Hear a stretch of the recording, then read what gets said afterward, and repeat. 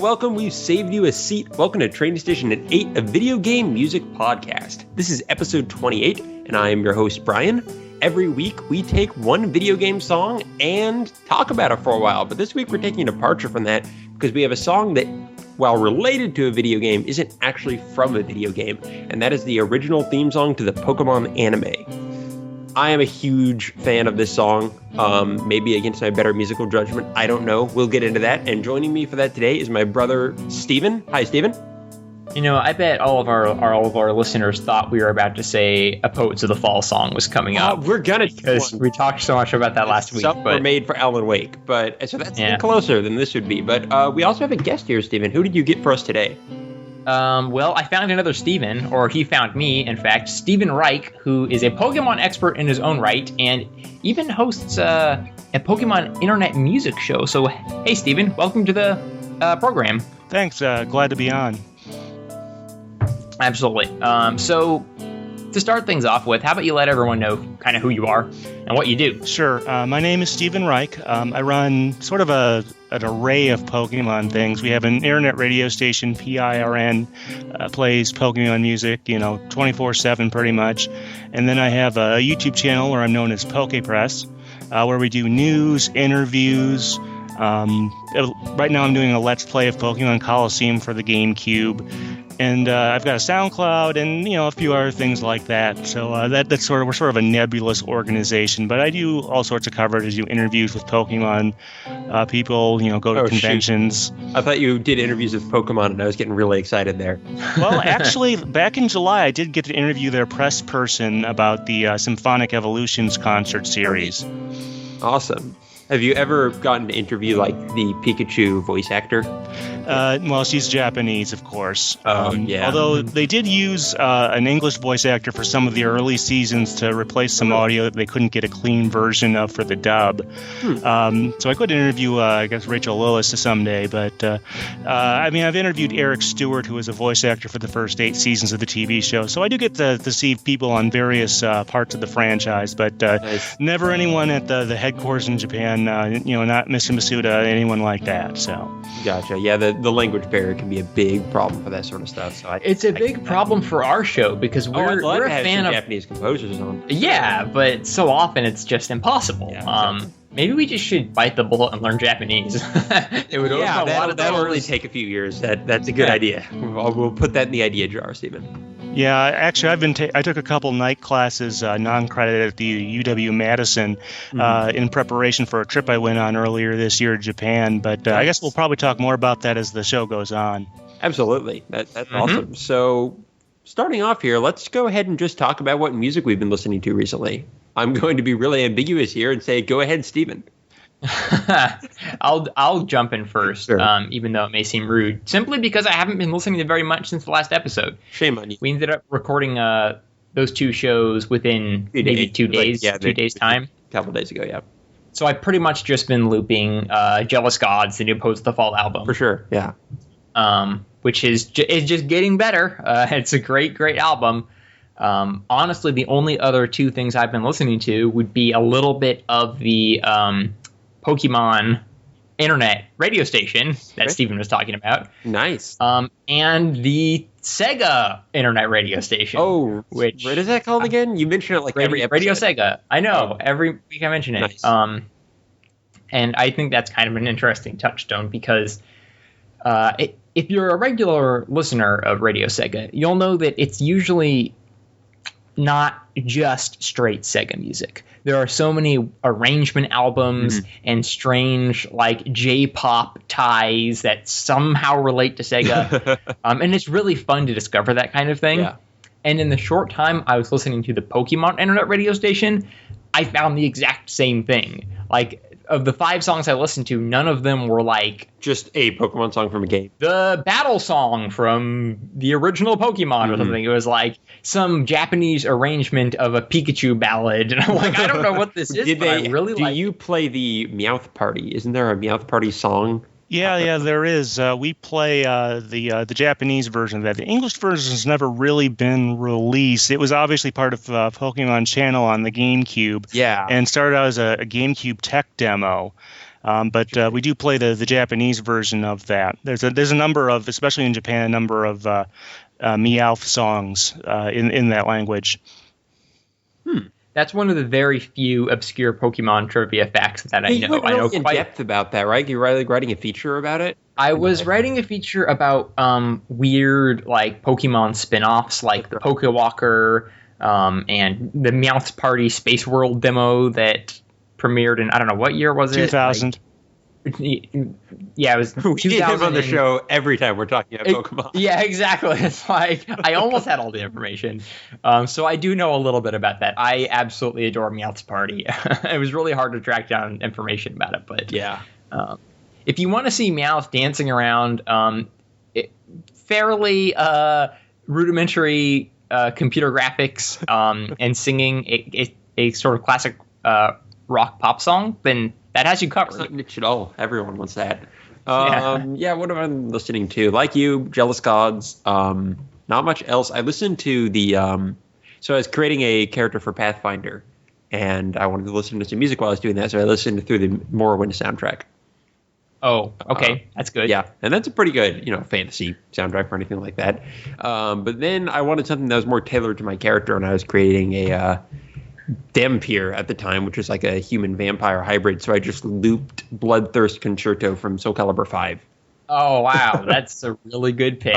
I've done stuff like that. That was neat. And then I've also been listening to some Anarchy Online, mostly like just one song. Do you have is there a standout song for you from Anarchy Online? Because I know you've heard the soundtrack. Anarchy, let me see what I have in my iTunes library. I haven't listened to it in a while. Okay. Is it?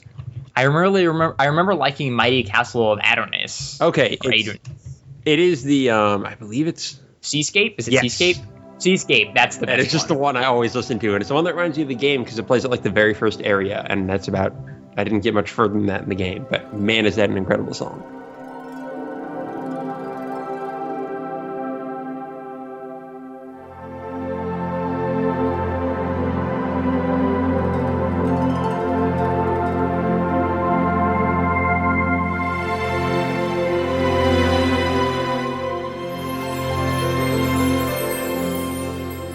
So I've listened to that quite a few times, actually. But yeah, not a whole lot, mostly because it has only been 2 days, and even given the past week, Jealous Gods has really been taking up most of my listening time. Yeah. So what about you, Steven, our guest? Let's see. Well, as I mentioned earlier, I went on a trip to Japan earlier this year, and I was able to go to the Pokemon Center, which was pretty cool, and I picked up a Japanese 3DS LL there. Mm-hmm. And it's actually been a good purchase because, let's see, back in June I was able to buy the Japanese version of Pokemon Art Academy that doesn't come out until October here in America, unfortunately. Okay. But even better, I was able to purchase a couple weeks ago the Japanese version of Super Smash Bros. For 3DS, which for some reason in Japan comes out 3 or 4 weeks ahead of the U.S. date.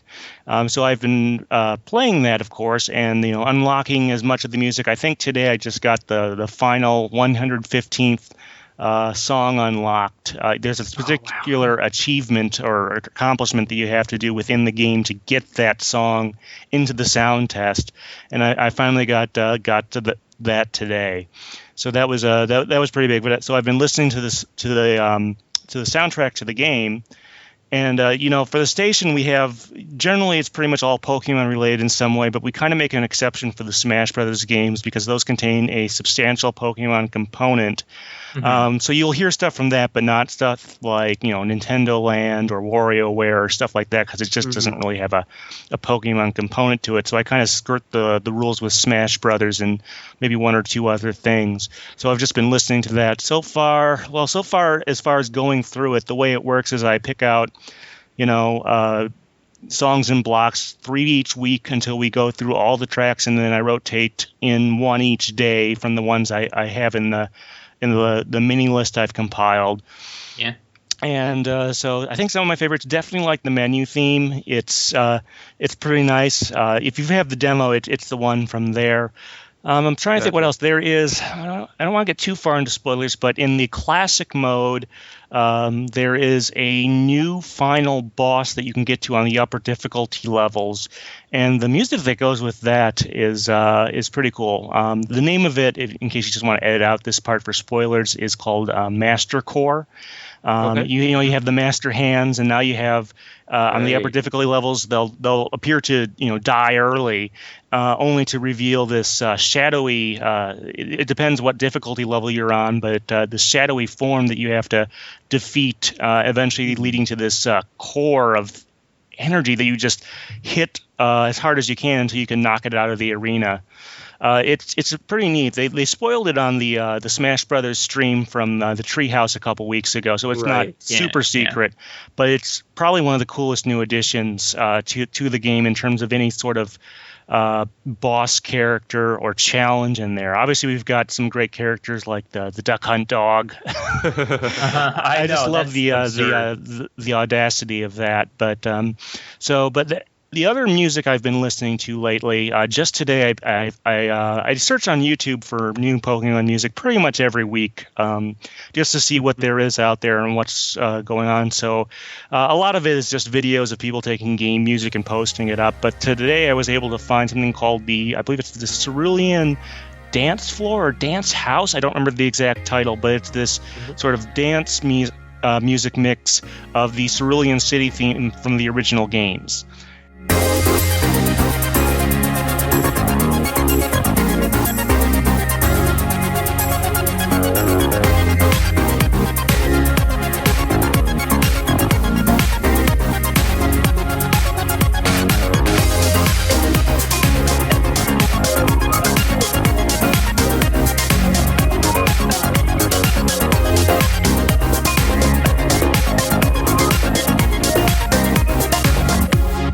And it's really nice. I'm planning on putting it in along with 3 new tracks from Smash Brothers 3DS this week on the station. So always nice to find some stuff. That's something that's really gotten better over the last 4 or 5 years, is that as the Pokemon community has graduated high school, college, and started making their own music, and of course with things like iTunes and other means of music distribution, it's much easier for me to find good high quality fan output.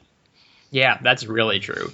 Yeah, that's an interesting point about like the aging fan base there, as they're able to get their talents put towards it. I hadn't really considered that, but because all those people who grew up, just playing the Pokemon games now need an outlet for all of that enthusiasm.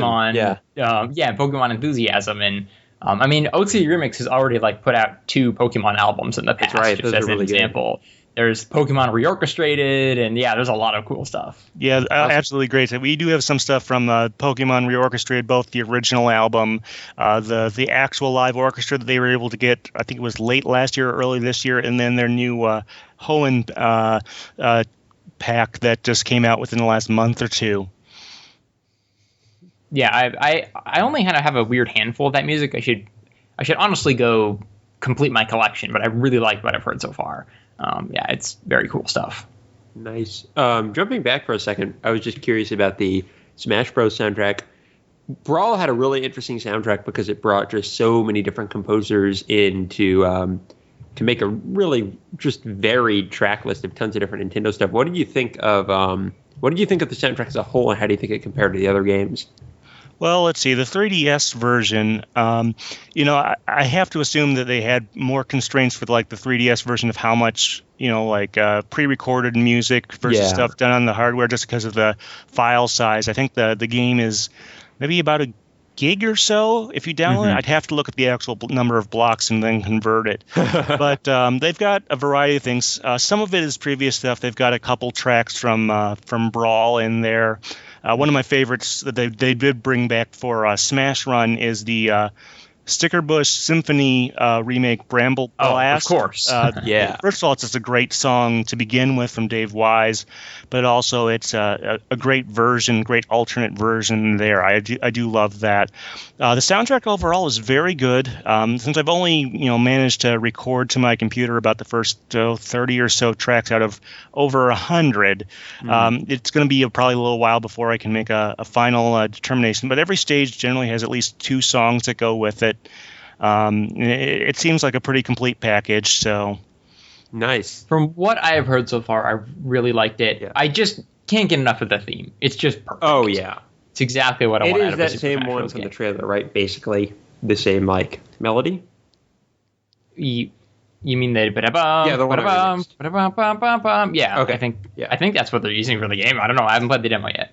Yeah, the demo, like I said, it came out in Japan just a couple days before the game launched. So I had 30 uses, but I only had to wait like 2 days for the game there. For the U.S., there's a little bit more lead time, and it's been interesting seeing the how much people will practically beg for like the Club Nintendo ones that have the unlimited uses and stuff like that. It'll be interesting to see if Nintendo does more of those sort of giveaways with demos for their Platinum members over the next year or so. For sure. And it'll be really interesting to see what the Wii U version has, because it's going to be like all different music because all the stages are different. And yeah, of course the quality by definition, it has to be different music. Yeah, so I'm really interested to see where they're going in that direction. Yeah, I've seen a fair bit of the Wii U version. I was very fortunate earlier at E3. They did a series of Best Buys across the country that week. They did a couple days where you could come in and play the game. I know some of the places had people going out the door, around the block and stuff like that just to play, a couple minutes of Smash. We had one here in Madison with a much shorter line, so we were very lucky there. I got to see a lot of it. Awesome. Yeah, everything I've seen of it and heard really looks to be shaping up. So that's pretty much my most anticipated game coming out, even. So. Yep, me too. And there are a lot of cool games coming out. Great. So now that we're all done talking about what we've been listening to, is that everything you had, Stephen, or was there something else? That covers it for me. Awesome. We can move on to what our main attraction here is, which is going to be Pokemon. So before we jump on to the song itself, what's everyone's background with Pokemon? Let's let Steven start, because I have a feeling his is going to be so bad in comparison, though. I'm just putting off the inevitable. All right. Go ahead, Steven. All right. So it's actually a little bit of a weird case where I grew up, because for most Americans, it's always a little confusing. Well, which came first? In Japan, of course, the video games came.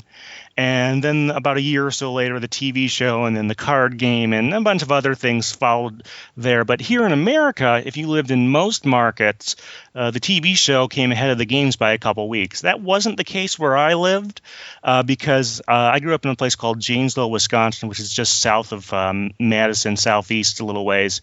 And they were planning on putting the Pokemon TV show on this new TV station that was going to be a UPN affiliate, and they wanted to put their transmitter right in downtown Janesville, where I grew up. But they had a dispute with the city, and they were delayed getting on air, so we didn't see the TV show where I came from, because even though I was in between two television markets, that station was supposed to cover both of them. So, Milwaukee and Chicago, they got to see Pokemon as a cartoon before the games came out, but we really didn't where I'm from. So I got into the games. I had seen some of the TV show on a VHS tape of the first couple episodes, but until it came to the WB in early '99, I didn't have a whole lot of experience with it in terms of the anime. So my introduction really was the games. I think the sort of the feeling was, from those of us who knew it was coming, that, well, it's an RPG, even with Final Fantasy VII, which was out by that point, it's not going to sell. It'll sell okay, but it'll never be a mega phenomenon. And lo and behold, that's what it became. Yeah, a mega evolution phenomenon. Man. See, Pokemon trivia there. No, that's super true. I think one of the big things that people weren't counting was the portability factor.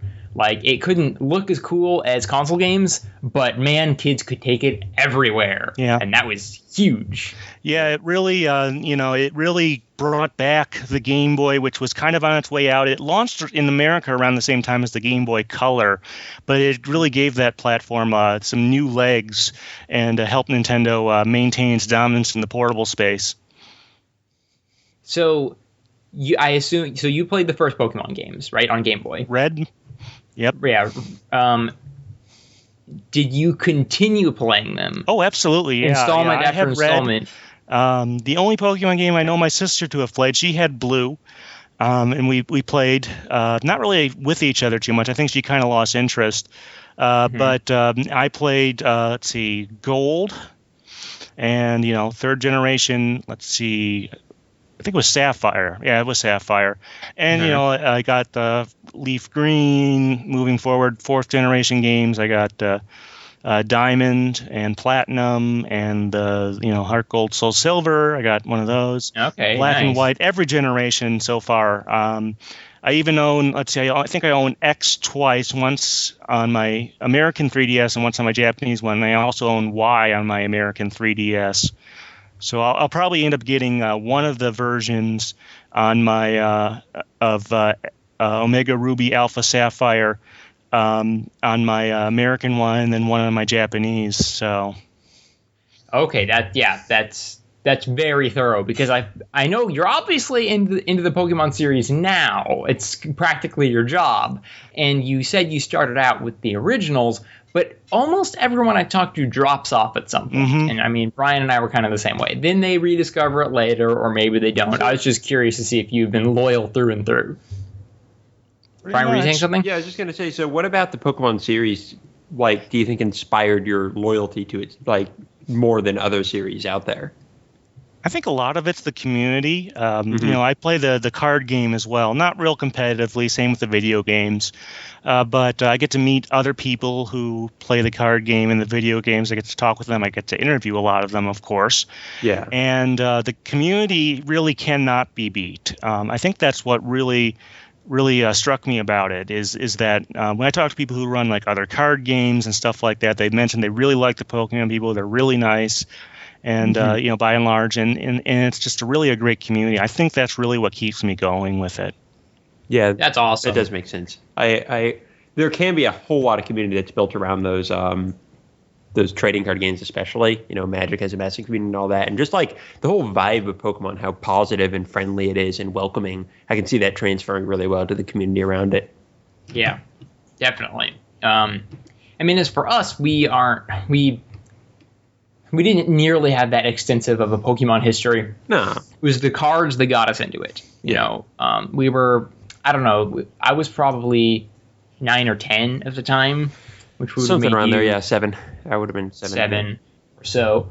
And really, we collected the cards. We didn't play the game. We watched a few of the anime episodes. We never, kept up with it. We didn't watch it live on TV. We played the games at friends' houses. We didn't own Game Boys. Yeah, exactly. And yet, we became obsessed with the universe in general. We would buy books. I remember buying the strategy guide for Pokemon Snap, but even though we didn't own Pokemon Snap. Yeah, it was a fun era. We knew all the Pokemon names by heart. Generation 1. Yep. Once the second generation came along, we started to kind of drift away. Mm-hmm. In the third generation, we didn't know what was going on. And then we jumped back in for one generation, and then we jumped back in for X and Y, but nothing consistent, even though our love for Pokemon in general and the music and all that persists. I love the music. Honestly, just the series in general is one of my favorite RPGs ever. Certainly one of my favorite Japanese RPGs. Mm-hmm. So I definitely have a big love and respect for the series. I just don't know much about it. You could probably name a random Pokemon, and I would, unless it's from the first generation, I might not even know what it is. Tonkeldur. Tonkeldur. I know that one. All right. So that's kind of where we stand in Pokeland. All right, very cool. So now that we've all explained our credentials for talking about this in the first place, we can go on to the song itself. We are going to be talking about the Pokemon theme from the original anime. Which marks the first time we've talked about a song extensively that isn't from a video game. So exciting time. Unless you count, I think it's in Pokemon Puzzle League retroactively for the N64, but that was obviously after the TV show. That whole game is based pretty much on the dub of the TV show. That's right. Yeah, that's a good point. So this is going to be the American version, not the Japanese version.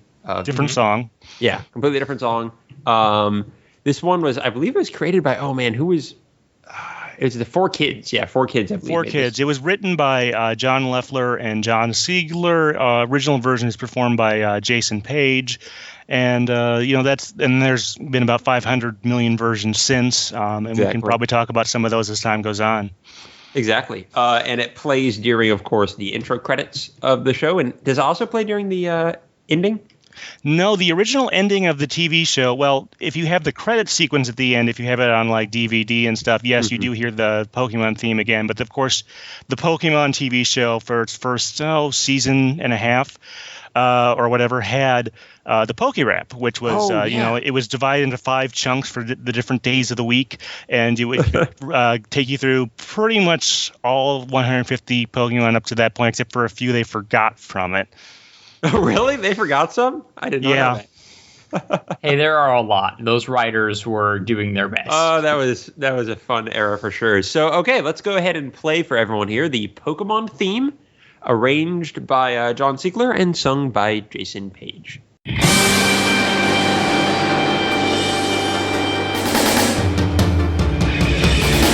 I wanna be the very best, like no one ever was. Them is my real test. To train them is my cause. I will travel across the land, searching far and wide. Each Pokemon to understand the power that's inside. Pokemon, gotta catch 'em all. It's you and me. I know it's my destiny. Pokemon, oh, you're my best friend in a world we must defend. Pokemon, gotta catch 'em all. A heart so true, our courage will pull us through. You teach me and I'll teach you. Pokemon, gotta catch 'em all. Gotta catch 'em all.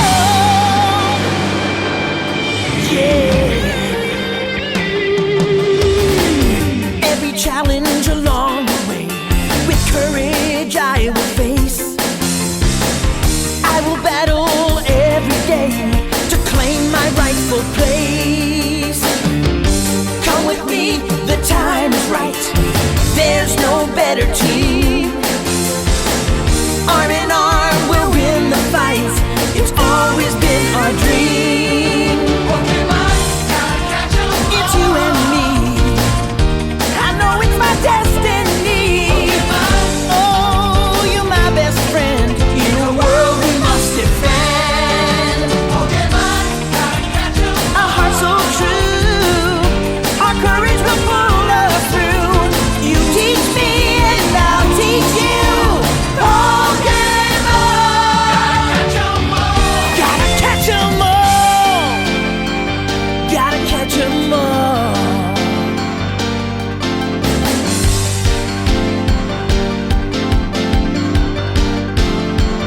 Gotta catch 'em all.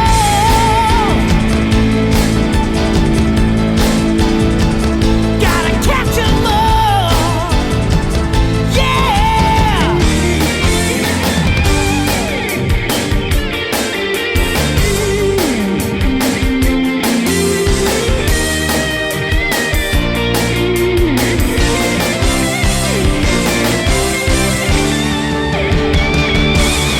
Pokemon, gotta catch 'em all. It's you and me.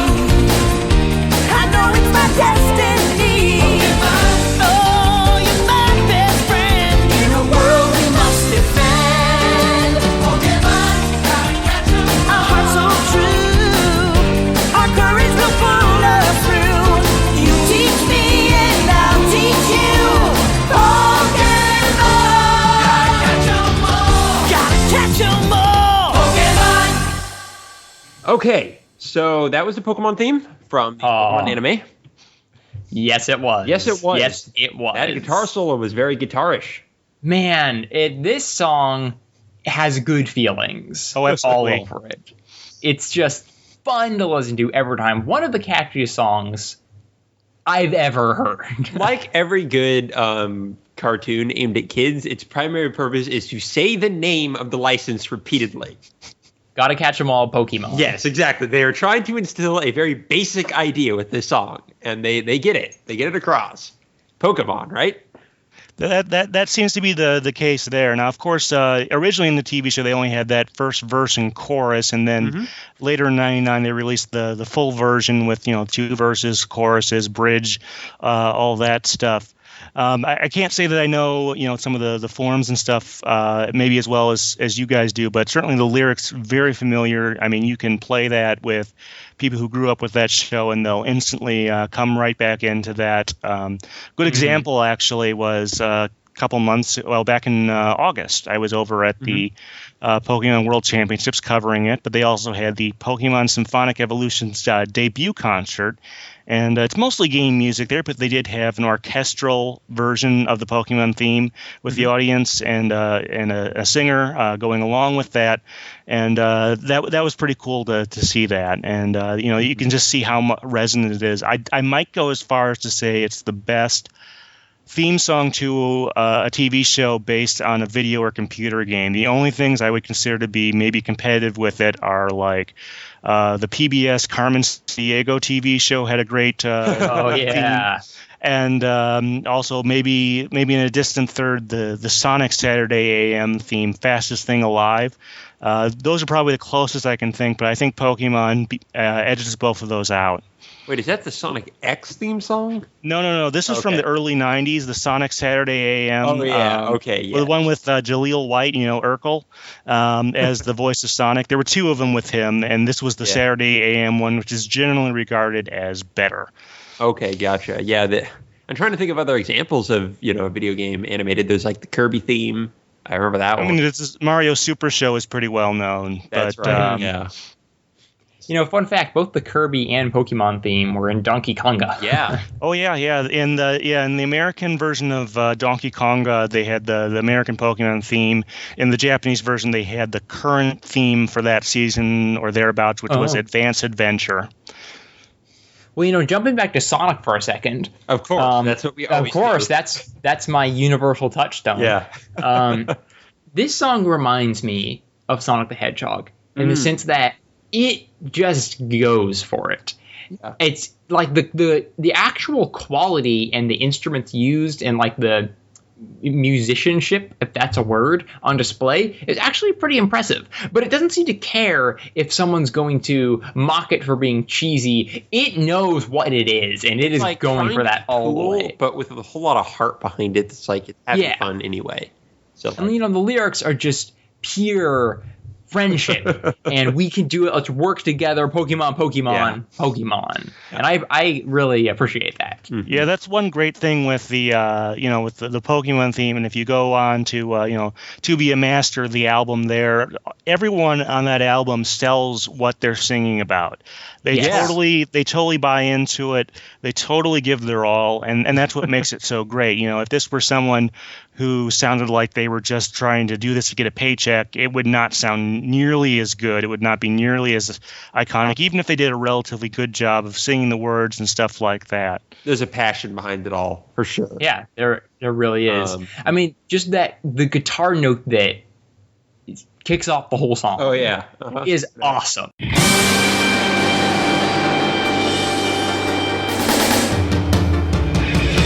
Yep. I'm so glad they got that sound. I mean, I'm no aficionado, so I don't really know how to describe it. To me, it kind of sounds like 80s stuff. Like the guitar? Yeah. Okay, so there's a certain definitely the huge amount of reverb on everything, and the kind of echoey arena rock kind of feel they're going for. It has a big 80s influence to it. I really do appreciate the guitar, in the solo especially. It has a very kind of bluesy single coil kind of sound to the guitar itself. It's got kind of that kind of round. It's not a tinny sharp sound, which I appreciate for the solo and for a lot of the guitar work in it. It's got a lot of, like everything, it's got a lot of heart to it. There's almost no part of that song that's just kind of phony it in. You may be able to see kind of the drums or some of the synth, but when it comes to the main components, which is the singing and the guitar, both of them really go all out with a lot of feel and heart to what they're doing. Yes, very well said. Better well said than I could have said it. But yeah, pretty much I've given up. This may not be a good song. It may not be a great song, I should say, musically. There can be arguments for that, but I've given up ever resisting that I'm going to love it anyway. It's hard to ever count this song out just because it might be a little bit simplistic or a little bit repetitive or whatever your complaint about it might be.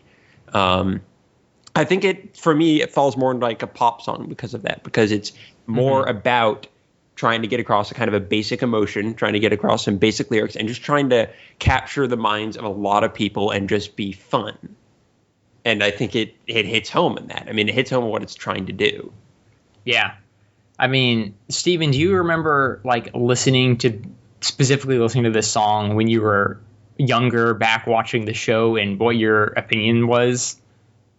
Well, it's interesting. I didn't really have maybe a super great opinion of the Pokemon anime. I did watch it. I kept up on it. Yeah. And when To Be a Master came out in the summer of '99, that really, I'm not sure exactly why, but it sort of changed my perception of the whole thing. It made me get a lot more into it, which was kind of interesting.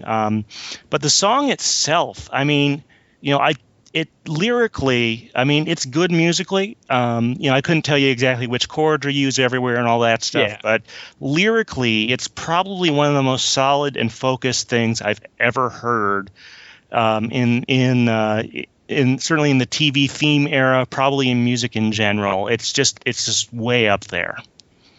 You have a good point that the lyrics are hitting home a central theme, and they're focused in on it in a way that especially kid shows don't typically do. Like, they'll kind of maybe talk about the villain that you're dealing with, or talk about the character and how cool and fast he is, or what have you. That may have been a Sonic nod. They'll kind of just be all over the place. But this one's it may be a really a really, you could say, cheesy or basic theme, but it's really sticking to it. Well, like the thing they'll play like for commercial breaks, or the things they put on the advertisements is just Pokemon, gotta catch them all. Right. But when you listen to the whole lyrics, they're like, Pokemon, gotta catch them all. But really, it's about friendship, and we're working as a team, and let us tell you our philosophy on life. And that's what the song is about. That's a good point. A little bit like the My Little Pony theme, except more in depth. Yeah, it is kind of like that. That's a good point, which is also a pretty good. But that has 2 verses in it. Yeah, I mean, it's a lot shorter. So it's not nearly. But it. Speaking of shortened versions, the version you can get on. I don't know if you can hear my cat. He wants to be involved in this. Meow. He has a very strong opinion on this. Yeah. What was I even saying? The length on the To Be a Master version, which you can get on iTunes. I know, maybe it's on Amazon. pretty much all. It's on iTunes. It's on Amazon. It's on, I believe, maybe not Google Play. I think they might have the Spanish version of that album for whatever reason. Oh, weird. But it's pretty easy to get that one. It's on To Be a Master. If you want to just get the original theme, it's also on the Pokemon X CD that came out back in, let's see, the digital version was 2006, the CD version was 2007. Right. So it's out there. Yes, definitely. It's surprisingly available. They didn't just try to bury it. The version you are probably used to, listener, is no doubt the one that plays on TV. But the To Be a Master version has an extended extra verse, and this kind of intermission where everything gets all soulful and calms down a lot. It's actually quite the bridge is pretty neat too. Yeah. Yeah. So, go ahead, Steven. Oh no, that's okay. Go ahead, Bryan. I was just going to say something else interesting about the song, as we've touched upon earlier, is just how many different versions it spawned, which is, again, kind of speaks back to that core that's there, that's really easy to iterate off of. So what are some of those that have stood out to you guys? Well, let's see. I mean, let's go with the official versions first. There's at least 3 other official versions that are out there. There's, the one from the first movie by Billy Crawford. Actually, if you check out my website or my SoundCloud, I have an interview with a man by the name of Neil Jason, who worked on rearranging that version of the song as well as the theme to the second movie. And they talk about how they had to fit in with the structure is a little different because it has to fit in with what was happening on screen and stuff like that in the opening sequence of the first movie. And then let's see, more recently, the current season of the anime dub X and Y uses a rearranged version of it. And as I mentioned before, there was the Pokemon Symphonic Evolutions. There was another version of it there performed by live orchestra. Now, once you go beyond the normal stuff, there is a obviously a plethora of third-party versions and things like that. Not all of them, I'll be honest, are really, that great. But a few that I really like. Prior to the orchestral version from this year, there was one by a man by the name of Walt Ribeiro, which you can find in an interview I did with him about it. Did a strings arrangement of the Pokemon theme song. Nice. And there's an a cappella version done by a man, Nick McCaig, I believe is his name. He's a fairly well-known a cappella artist, and I did an a cappella version, which I thought was pretty neat. Let's see. And then there's a version by a band called Powerglove. There's a couple different bands, but this is a somewhat major one. They do metal versions of various songs, and they did a metal version of the Pokemon theme. There's one with and without vocals, and we do play one of those on the station.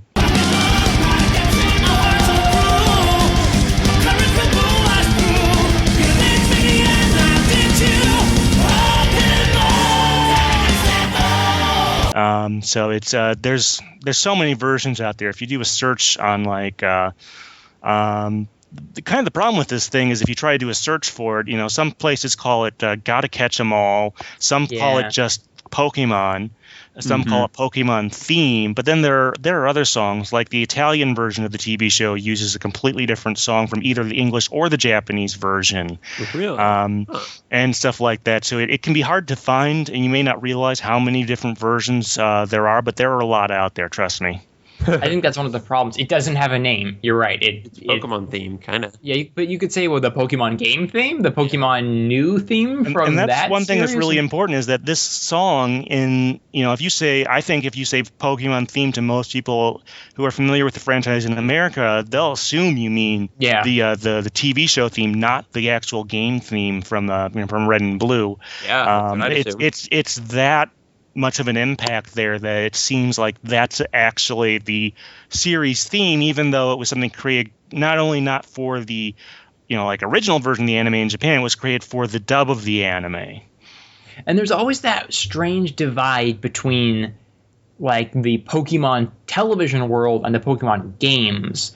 Like in the games, traditionally the Pokemon don't say their own names. That was kind of an anime thing, as far as I know, and I'm sure I'm wrong about something here. Yeah, you'll see it here and there a little bit. If you in Super Smash Bros. In the games, they'll say usually something from their name.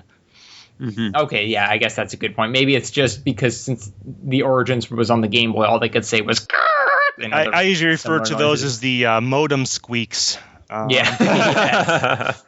Yeah, that's apt.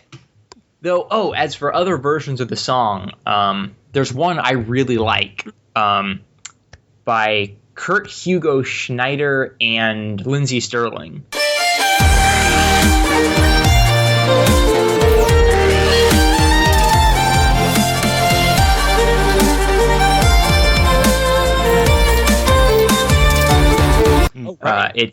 It's a really strong violin electronic. Okay, that one. Yes, I think I've heard that one too. We don't play it in the station.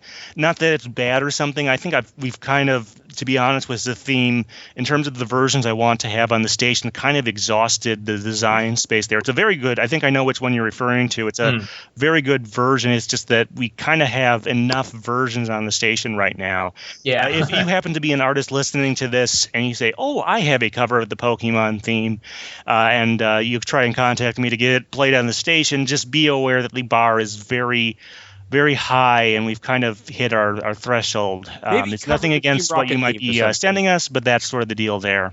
Yeah, I totally get that. That makes sense. It kind of reminds me of OC Remix and how they say, look, if you're going to submit a Dr. Wily Mega Man 2 remix, it has to be special because there's got to be like 30 of those on or the like site. Green Hills. Say, or Aquatic Ambience from Donkey Kong Country. Yes, precisely. I want someone to make a medley of Green Hill Zone, Aquatic Ambience, Dr. Wily, just all in one song. Go for it. That would be really cool. And it's just a metal cover. One version of the song that always struck me as incredibly weird is the one that the singer went on to make for a political campaign. Oh, well, that would be Jason Page. Yes. Yes. I guess we can talk about politics here, and then if we do the power of one, we can do it again. But yeah, Jason Page teamed up with, I cannot remember his name. He was, I cannot remember his. Are you talking about the Ron Paul one? Ron Paul, thank you very much. Gosh, that is Ron sad. Paul. But Jason Page, just to give a little, I don't know, maybe not so happy stuff. He stopped doing Pokemon music not long after To Be a Master. He felt he did not get a fair shake on royalties and stuff from the company. Oh, really? So he used the song, ended up taking them to court. So kind of as a tribute to Ron Paul, I guess, as well as sort of a statement, I guess you could say. He did a version of the theme using. I never really listened to the whole thing, but sort of as a campaign speech about Ron Paul, who was running for president at the time, I believe. Yeah, it's very odd. He only makes incredibly minor changes to the lyrics.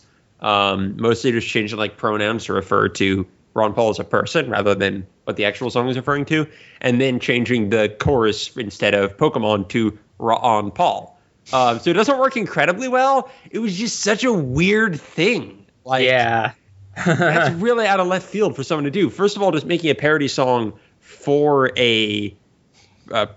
someone running for president, but on top of that, the original singer doing it just always struck me as one of those oddities of the internet. It really shows the universal, well, at least the American version of Universal quality of that song. It's so catchy, and so many people know it that people are using it for political campaigns. That's true. Well, like I said, as I alluded to earlier, it's not the only Pokemon song to show up in a political speech or debate. But like I said, we may want to leave that for another episode if we get to that song. Yeah, that was another hilarious moment, and I think I know what you're referring to. But yeah, Pokemon has a strong presence in American politics, I have to say. It would be another couple election cycles, but oh well. Exactly. So any other versions pop out, or do we cover them there? Ooh, I don't even think I know any more versions. Yeah. That was a ton. Like I said, if you dig through on iTunes or YouTube or stuff like that, there's so many different Pokemon covers and alternate versions and remixes and stuff like that. The song is very popular in mashups earlier last year or something like that. So when there's half a dozen fairly prominent ones. I've seen Pokemon theme with Applause by Lady Gaga. I've seen Pokemon theme with Happy by Pharrell Williams. I've seen it with a bunch of other songs by a remix mashup artist called Titus Jones. It's that iconic that it's very popular, and people like to mix it with other stuff too, like that. Nice. We just need Pokemon theme with Guile's theme, and we'll be all set. It's got to be out there somewhere. It's probably out there, in all honesty. I've kind of got a question, which just doesn't really relate to what we're talking about right now. Well, Steven, go for it. And what's his name again? Remind me, Jason? He sings Jason it? Page, not to be confused with Neil Jason that I mentioned earlier. Two different people. Just right, Jason Page. Jason Gotcha. Page, yep. He does one other song on To Be a Master and sort of divorced himself from the franchise after that because of the aforementioned things. So, how do you guys feel about his voice, his singing voice? Do you like it? It's kind of the right voice and the right register for this song. It's sort of a very high male voice. Mm-hmm. Since then, let's see, season 2 had a different person. For seasons 4 through 8, they used the same guy to do all the singing for the themes for those seasons, and since then they've been switching off people pretty much every season. But for this original theme, not that they should pigeonhole themselves, or pigeonhole, I guess you should say, but this one, I think it's the right choice for this. Having in the Japanese version, the Japanese theme song "Aim to Be a Pokemon Master" it's the person who does the voice of Satoshi, or as we know him, Ash, sings that one. In this case, we have a high, relatively high male adult voice, and I think it works out pretty well for this song. Yeah, you made an allusion earlier to Sonic, Steven, and I think the singing to me as well, it reminds me quite a bit of Tony Harnell from Sonic Adventure 2 and so on, and like that little bit of attitude, high but really energetic voice does match seriously this kind of song to me. Into it, like into every note, and he hits every note. I have to say, it's kind of goofy. It's not like the most pleasant voice to hear out there. Like it's a little brash, it's a little goofy. It's like hard to take truly seriously, but I wouldn't it's enjoyable want it any other way. Yeah, I mean, it might partially be nostalgic talking. I mean, who can really say? But I really, really like his role for the song. Yeah, it's just so likable. It literally hits all the right. And notes. he can apparently still sing it incredibly well. Yeah, because he sounds almost exactly like it in that parody he did, like a year or two ago. So. And I gotta say though, if you check out the To Be a Master album, but you don't want to say maybe you don't want to buy the whole thing, because you only like specific songs you remember, you should definitely buy Double Trouble.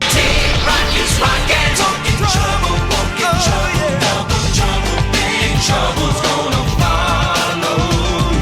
Team Rocket's rockin', talking trouble, walking trouble, double trouble, big trouble's gonna follow you. We're gonna capture Pikachu.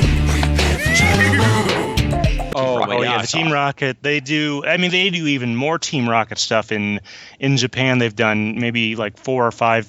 There's a bunch of Meowth songs and then some also Team Rocket ensemble songs. They love doing that over the course of the seasons there. And yeah, Double Trouble Team Rocket on the To Be a Master has one of my favorite lyrics in the Pokemon song. This was mentioned in another podcast I was on once. Is that That's I listened to that specifically today and commented to myself how clever that line was. It's really good. I love almost all. And I like how it has James like speaking it over the chorus, singing it in the background. Like they do it really well. They bring out the personality in those. Yeah, how they merge so many different voices in and out of it, and then like have them talking to each other. I'm always the man. It's a really, really good mix all around. And that song, I think musically might be more impressive than the Pokemon theme song. I don't know. There's something about it to me that strikes me as it's even goofier and even more inventive. Exactly. That's, I think, what really sticks out to me, like especially the chorus and everything. But we're not here to talk about Double Trouble, but that was a good thing. I mean, obviously I also picked up the Poke Rap and What Kind of Pokemon Are You? Those are others that are classics. So one other thing I wanted to mention when we were talking about versions is for the first time today, I listened to the Japanese Pokemon theme. Oh, yeah? Have you ever heard that, Steven? Oh, absolutely. Yeah, we played that on the station, too. Yeah. That was it's performed by Rika Matsumoto, who, like I said, the Satoshi or Ash's voice in the Japanese version. Oh, really? It was written and composed by Hirokazu Tanaka, who used to be at Nintendo and left around the time the Pokemon TV show got started to work at Creatures Inc., which is one of the companies in Japan that handles the Pokemon brand. And actually has made a couple side games and stuff like that for Pokemon as well. But Hirokazu Tanaka, Hip Tanaka, wrote that, as well as many of the other opening and ending themes to the Japanese version. So, but to get to your first question, yes, very familiar with that version. Interesting, yeah. I thought it was a really cool sound. I did not even know Hip Tanaka was involved. Oh yeah. Man, I must be crazy. I did not know that. Yep, same guy.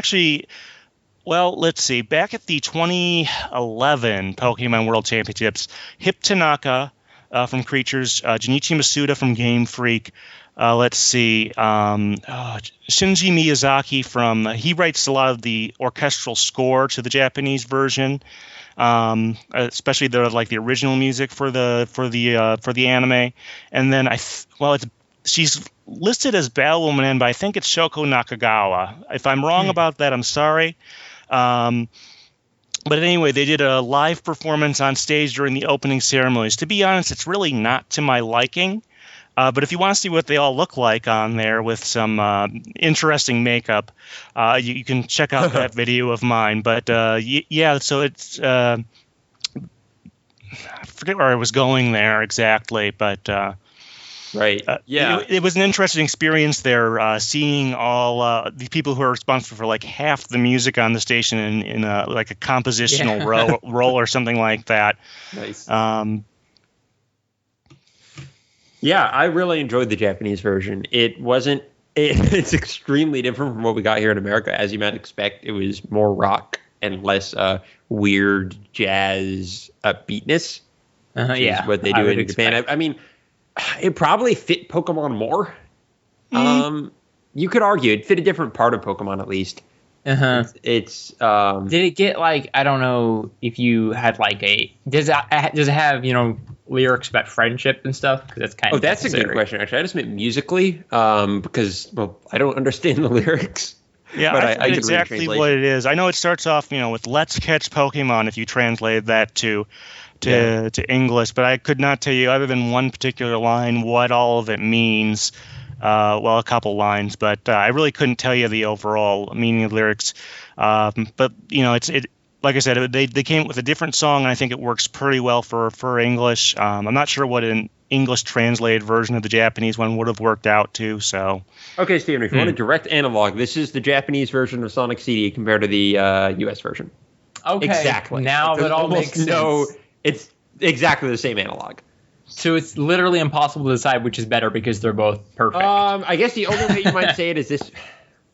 I don't know if this one's as good as the American one. I don't know. I'd have to hear it a few more times. But it's very similar in that it's quirky. Yeah. It captures the quirky side of the series, but the American one captures the cool, in quotation marks, heartfelt side of the series. The soulful attitude and the whatever you think defines it more is probably what you like more.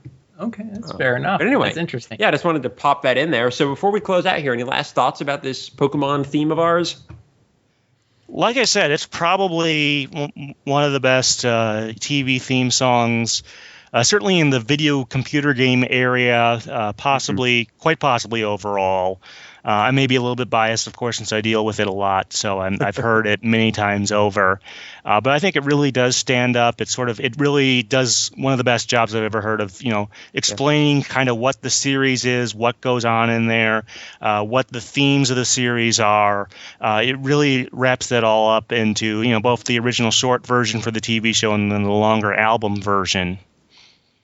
Yeah, exactly. I think it's a if there's a category I think it can really win is as a kids TV show theme, I think it's up there with the very best. I think no question. I don't know. Yeah, I think it's probably my favorite. Yeah, I can't think of a better one off the top of my head. So it wears its emotions on its sleeve, and it does such a good job of that. Exactly. Anything you want to say, Steven, my brother? That's what I wanted. That's what you want to say? All right. Yeah, I love that song. We should actually play it twice in this episode. We should just play it again? Yeah. We played it for the intro. We can play it at the credits at the end of our episode. Okay, there you go. Maybe you do the movie version, because that one is pretty iconic too, just for that scene in the movie where they're doing that opening battle between Ash and whoever that other trainer is between his Pokemon. That's pretty darn iconic too. Yeah, go ahead and play that, Steven. That's a good idea. Good point. All right, very cool. So we can jump into the outro here now. If you want to find this song, we actually told you very explicitly. So yeah. The movie version, unfortunately, if you're interested in that, is a little bit harder to find. It's not available on digital music stores like iTunes, unfortunately. But it isn't too hard to bring up a used copy of the first movie pop soundtrack. So very cool. Great. And now for any plugs or places you want people to find you and so forth. Steven, our guest, go ahead. All right. Well, first off, like I said, thanks for having me on. And then first one is PIRN, the Pokemon Internet Radio Network. It's just spelled out. You don't try to say it as a word, but PIRNradio.blogspot.com is the blog page for it. Cool. You'll see a list of updates whenever I put new music on the station or there's a new interview. And I do try. I haven't been able to too recently get up some polls. But hopefully we'll do that. Let's see. And then I have my YouTube channel, Pokepress, Pokepress, or pokepress.blogspot.com is where I post most of my stuff right now. I've been trying to, since this is the 15-year anniversary of the first movie, I've been trying to cover as much of the soundtrack as I can. Unfortunately, I struck out a lot. Like a couple people, one person has actually turned me down because she was her schedule just didn't permit. Other ones I just never got a response from, and I've just hadn't had a whole lot of luck. But I am going to try and cover at least a few more songs from that soundtrack this year. Okay. But that's one thing we do there is a lot of musician interviews. A lot of them. I have stuff for like the last 4 or 5 movies. I have the people who've sung the endings for that, people who've done the openings for the seasons. If you're ever curious about who those people are and what sort of their story is, there's some really good stories there. In addition, I'm posting periodically some of my interviews over on my SoundCloud, which is just go to soundcloud.com/pokepress. Right now, I'm putting up after an initial batch I put up a few weeks ago when I started it. I'm putting up about one a week right now, so you can check stuff out there. That covers most of it. The YouTube channel, like I said, is right there. That covers most of it. I did want to mention, though, about the Pokemon game music. This has kind of been a big year for Pokemon music. I mentioned the Symphonic Evolutions, which hopefully we're getting some more dates for soon, since the Philly one was a week or two ago. But in addition, starting last year with X and Y, they've been putting the game soundtracks on iTunes for you to buy. So they've been doing that since then. The XY soundtrack did, I guess, kind of okay. It sold, as of December of last year, about 5,000 copies, made it onto the Billboard Albums chart for 1 week. Nice. And since then, they've done, let's see, Fire Red Leaf Green, Ruby Sapphire, all the 3rd, 4th, and 5th generation games. Since then, they've put a bunch of the episodes, including the latest season X and Y, are on iTunes. The only other, the main other musical thing of note, this is a very minor point, going back to the first movie soundtrack, the NSYNC song Somewhere Someday from the first movie is actually, as of July of this year, was put out on a new NSYNC collection. So you can finally get that one. It's a pretty good song. It was originally written, going back to kids' theme songs, it was written by Mark Mueller. Do you know what he wrote? No, I don't. Like I said, the original version of that song, performed by different artists, was written by Mark Mueller. Mark Mueller wrote the theme songs to DuckTales and Chippendale Rescue Rangers. Wow. Okay, so he's a classic. So there's a little, musical Kevin Bacon, I guess you want to say there. So that's that's just going back to our overall theme from this episode. But nice. Man, I really enjoy hearing all this Pokemon information, largely because I just didn't know it went quite this deep. Like, I know how deep Sega goes. Like, as everyone who listens to the show knows, I love listening to obscure, weird Sega stuff. I listen to Radio Sega all the time. But apparently Pokemon has just as much stuff just for that one Nintendo-sponsored series. It's really weird and cool. It's and I love massive. It is just massive. Sega's no small subject area there either, but Pokemon is just, because of all the different types of products they've done, there's been so much cross-media type of stuff, many music for the games, for the side games, for the TV show, for other things. It's just encompassed so much over these. It's been about 16 years since it came to America, and there's 17 or 18 since it came to Japan, and it's just keeps getting bigger. Yeah, for sure, man. It's got to be one of the biggest single, if not the biggest single franchise in terms of how many facets you can find surrounding it. I can't think of a bigger game one. It hit multiple countries and hit them hard and hasn't let go. In every possible medium. Yeah. Crazy and really cool. Awesome. I just like that there are people that are going, like you, Steven, that are going so in depth on this one thing, because it can be so easy for everyone to kind of cover everything on a pretty top level that no one gets around to interviewing a person who sung a Pokemon movie TV show theme. It's really valuable in its own way to get that in-depth coverage that no one else is going to really even think to care about. Yeah, that's one of the neat things about the internet, is that it it makes it easier. I did mention a little while ago that I've been striking out on a lot of these, unfortunately. But a lot of these people would be very difficult to find if I didn't have, I've tied into the internet, I wouldn't really have a distribution platform, but it makes it much easier to get in contact with these people. And the fact that I can do that is pretty cool, And on top of that, find the audience who cares about it. Because the internet, that's what it really allows you to do is before. I mean, if you have to physically hope that there are people in your area of the world who care about Pokemon music as much as you do, that's going to be way more difficult, nigh impossible. But the internet allows these communities to get together from anywhere. And that's what really enables this more in-depth coverage to really exist. That's why we're all here talking into microphones. Exactly. So that's awesome. I hope you guys have a great time going forward with that. Oh, yeah. Good luck in all future prospects. Sure. Speaking of future prospects. Hey, what do we got going on, Steven?